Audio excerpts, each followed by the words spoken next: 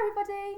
I hope you're all well. Now, today I've got my Christmas jumper on because it was supposed to be our Christmas jumper day at school. So I've got mine on to make myself feel nice and festive, and I've got myself nice and comfy again to read the next couple of chapters of The Snowman.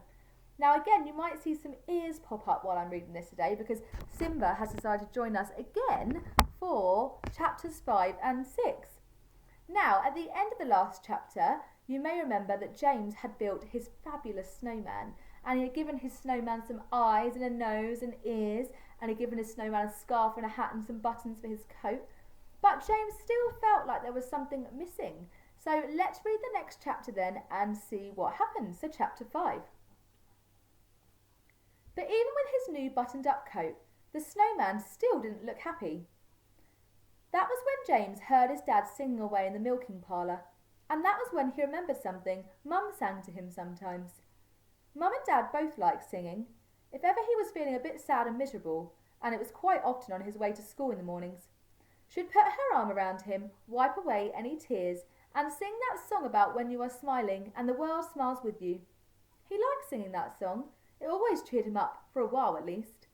"That's it, Bertie," he cried, climbing the ladder again. "He needs a smile. The snowman needs a smile, because smiling makes you happy, makes the whole world happy." A smile would be easy enough to make, he thought. With his finger, he drew a smile across the snowman's face, a huge wide curve of a smile, a happy smile. Bertie liked what he saw. He was barking, not wildly but happily, his tail whirling, and then he started chasing it round and round, which he only did when he was especially happy. James climbed down the ladder, and then he stood back and looked up at his snowman. He liked what he saw too. With that smile on his face, his snowman was happy at last.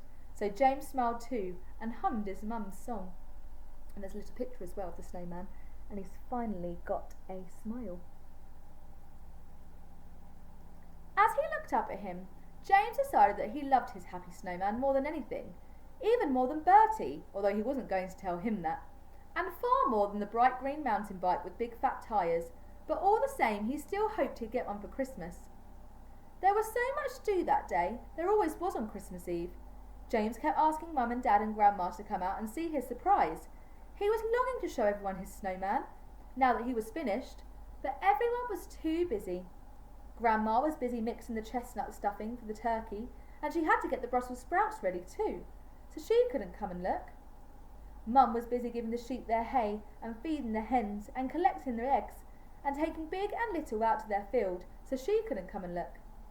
And Dad was busy with the cows and the calves and the pigs, and he said he'd already seen the snowman, but he'd come as soon as he could, but he didn't come and look either. So that afternoon, feeling a bit sad, James took Bertie out to the oak tree field, where his snowman stood waiting for him. James said hello, and told him why his family couldn't come and meet him yet. They would later, he said, but they're too busy. As he talked, he patted down the snow where it had fallen away a tiny bit, and he tried to put it back, all the Brussels sprout buttons that had fallen off, but only 3 would stay in, and James hoped that would be enough to keep his coat on. Then he went sliding down the hill on his bottom to show the snowman how fast he could go. That soon cheered him up, and the snowman seemed to like it too. James even thought he heard him laughing once. A deep, booming laugh, and a jolly laugh, not like anyone else's. James needed to talk to his snowman. He wanted to get to know him better. So he rolled himself another big snowball, made it flat on top, and then sat down in front of the snowman.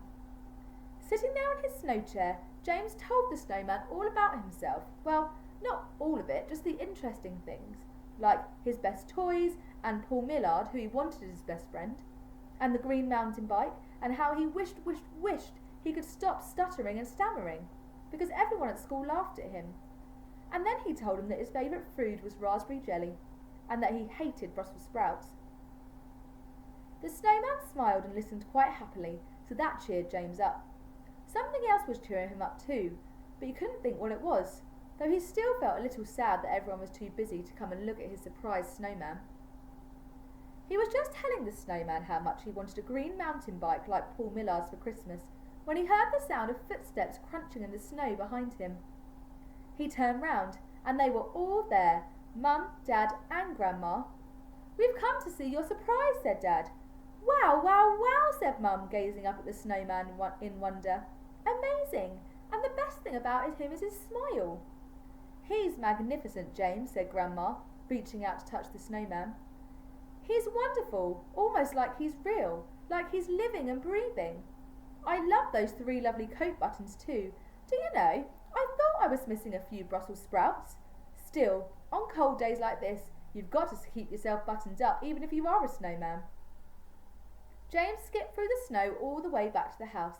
He was so happy they all loved his snowman as much as he did, and he fell over a few times because it's not easy to skip in the snow. They all laughed at that, and Bertie joined in and barking his head off, and then he chased a tail again, so they all laughed some more. Their laughter echoed out over the fields around them. Big and little neighed and brayed from their field, and soon all the animals seemed to be joining in. The whole farm rang with laughter, and James was sure he could hear the snowman laughing too, that deep booming laugh, the jolly laugh like nobody else's. James wanted to spend the whole afternoon with his snowman out in that oak tree field, but they wouldn't let him. "You were out there all morning, James," said Mum. "It's bitter out there," said Grandma. "You'll catch a cold. You stay in the warm and help your grandma. There's plenty to do. You could start by fetching logs for the fire." "Don't you worry," said Dad, already laughing, and with Dad you could always tell when a joke was coming. "Your snowman will be fine out there. It doesn't matter if snowman gets cold, does it?" He pestered them and pestered them, so in the end they let him go out again just before dark to say goodbye to the snowman. He looked very lonely standing out there all on his own. "Sleep well, Mr. Snowman," James said, looking up at him.